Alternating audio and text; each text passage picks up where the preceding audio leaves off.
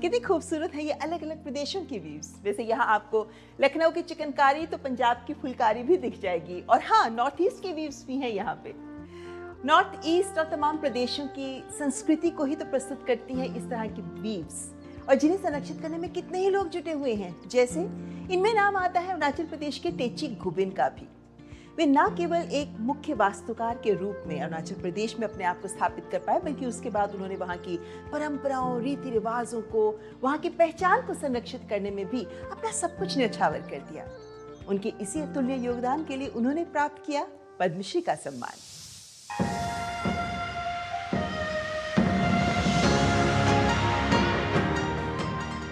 अरुणाचल प्रदेश की उन पर्वतीय वादियों से जहां प्रकृति, परंपराओं और संस्कृति आज भी जीवन का अभिन्न हिस्सा है, जहां सीमाओं की चौकसी के साथ पहचान और विरासत की रक्षा भी उतनी ही महत्वपूर्ण है, वहीं से उभरती है एक ऐसी प्रेरक यात्रा जिसने विकास, संस्कृति और राष्ट्र भावना को एक साथ आगे बढ़ाने का कार्य किया।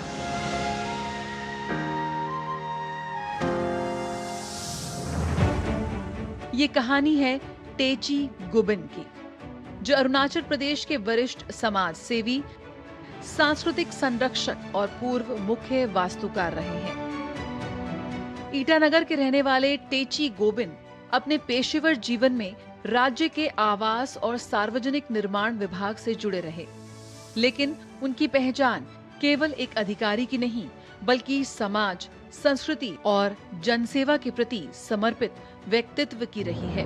98 करीब एक मूवमेंट चला था, loss of culture, loss of identity.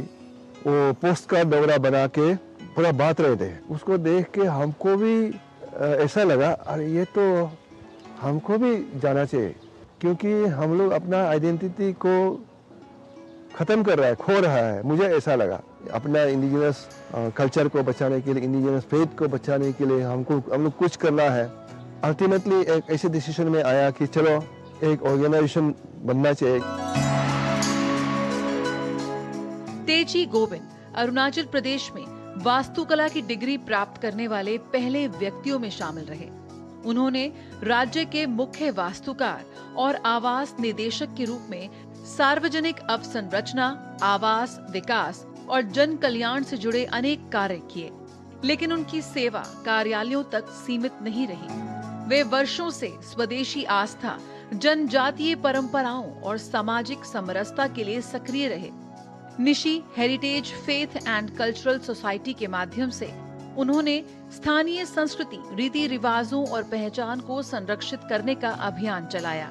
साथ ही सीमावर्ती क्षेत्रों के 90 से अधिक गांवों में भारतीय तिरंगा फहराकर राष्ट्रीय एकता और सीमांत चेतना का संदेश भी दिया। मैं बचपन से, स्कूल लाइफ से मैं सोशल सर्विस करते आ रहा हूँ, और कभी मैंने कुछ उम्मीद नहीं किया था कि मुझे ऐसा भी मिलेगा पद्मश्री।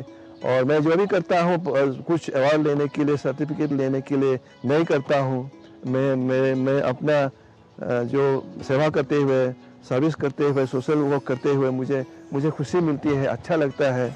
और इसमें मुझे सरकार ने जो मेरा नाम चुना है, मुझे वो काबिल समझा होगा, इसके लिए मैं बहुत बहुत शुक्रिया अदा करता हूँ। टेची गोबिन ने सीमांत क्षेत्रों की समस्याओं को राष्ट्रीय स्तर तक पहुंचाने के लिए प्रतिनिधि मंडलों का नेतृत्व किया और सुरक्षा और विकास से जुड़े मुद्दों को केंद्र सरकार के समक्ष रखा।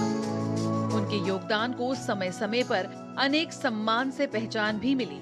आज टेची गोबिन की यात्रा सिर्फ एक व्यक्ति की उपलब्धि नहीं, बल्कि उस विचार की मिसाल है जिसमें विकास के साथ संस्कृति और आधुनिकता के साथ परंपरा को भी समान सम्मान दिया जाता है। समाज के लिए किए गए उनके अतुलनीय योगदान के लिए समाज सेवी टेची गोबिन को पद्मश्री मिलने की हार्दिक बधाई।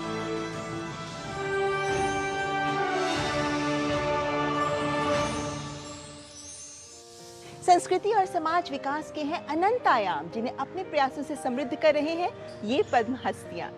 कार्यक्रम में यहाँ रुकेंगे एक ब्रेक के लिए। ब्रेक के बाद हाजिर होंगे कुछ और ऐसे ही अनुपम गाथाओं के साथ। आप देखते रहें हमारे पद्म।